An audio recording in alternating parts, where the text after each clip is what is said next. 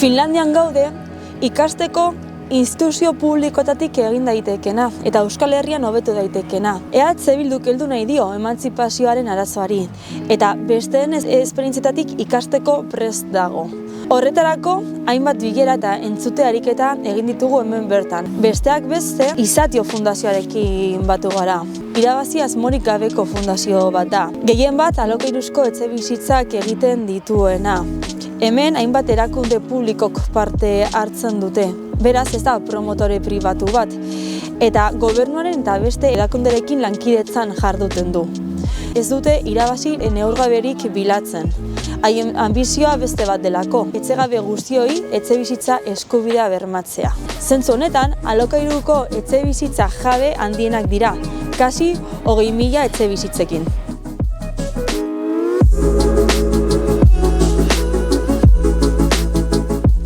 NAL fundazioarekin egon gara ere. Gazteei begirako etxebizitza fundazio bat da hau. Eta hau ere, noski irabazi asmorik gabekoa, nazio mailakoa eta Finlandian erreferente handi bat. Hemen, hainbat erakunde publikok, asoziazio sozial batzuk parte hartzen dute. Udalek ere, helburua kasu honetan ere, etxebizitza eskuragarria eraikitza da. Eta eraikitzeaz gain, hauek etxebizitzak kudeatzen dituzte. Aholkularitza emanez gazteei. Ezker Gazteriarekin batu gara ere. Haien esperientziak entzun eta haiengatik ikasteko. Eta bereziki gobernuak martxan dituen emantzipazio bitarteko horien inguruan hausnartzeko.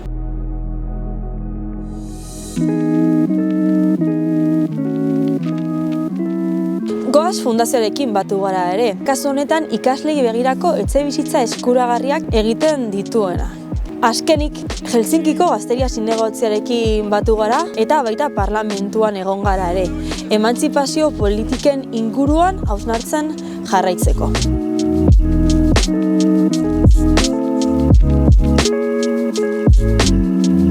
Momentuz, ondorio azkar batzuk. Etxebizitza eskubidea hemen Finlandian aspaldiko estatu politika bat da, balore bat. Eta politika hauek beraz, emantzipazio politikak urte askotan landu dira. Hemen oso gazte atera daiteke gurasoen etxetik. Eta horretarako prestazio sisteman erainkor bat eta estruktural bat.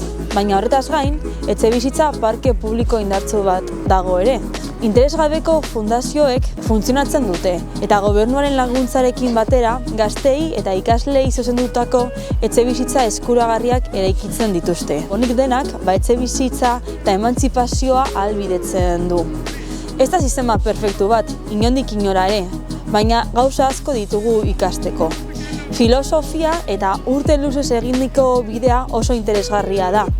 Eta beraz, orain gurean hori lantzea dagokigu. EH Bilduren jarduna ez da hemen bukatzen. Gure erantzukizuna harago doalako. Eta hemendik aurrera, Euskal Herrian, esan bezala, bide honi jarraipena ematea dagokigu.